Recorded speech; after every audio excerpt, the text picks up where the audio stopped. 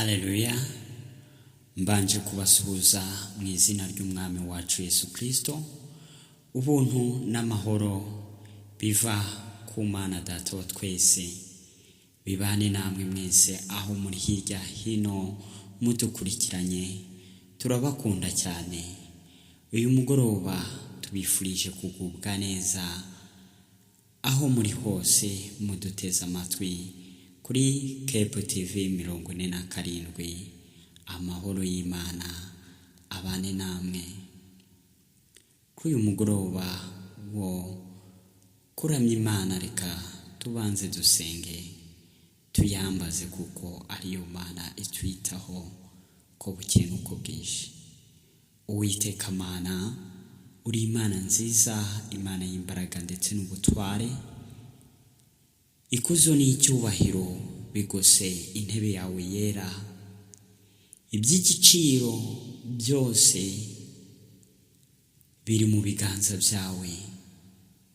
Ntacyo twaguha mwami, ntacyo twabona, ndetse natwe ubwacu turi ubutunzi bwawe.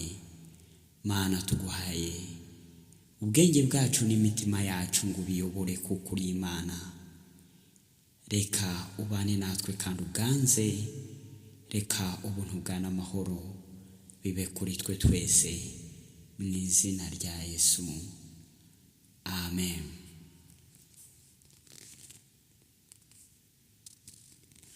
Uwera ni wowe Yesu, ukwiye amashimwe.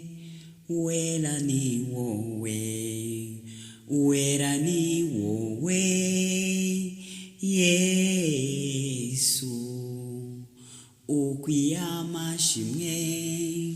Uwera ni wowe, uwera ni wowe Yesu, ukwiye amashimwe. Uwera ni wowe, uwera ni wowe Yesu, ukwiye amashimwe. Uwera ni wowe, uwera ni wowe Yesu, ukwiye amashimwe. Uwera ni wowe. Holy is your name, Jesus. You deserve the praise. Holy is your name. Holy is your name, Jesus. You deserve the praise. Holy is your name.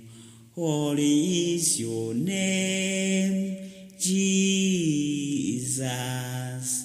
You deserve the praise.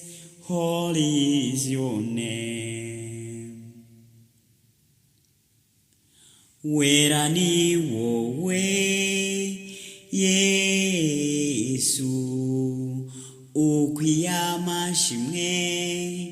Uwera ni wowe, uwera ni wowe Yesu, ukwiye amashimwe. Uwera ni wowe. Holy is your name, Jesus. You deserve the praise. Holy is your name.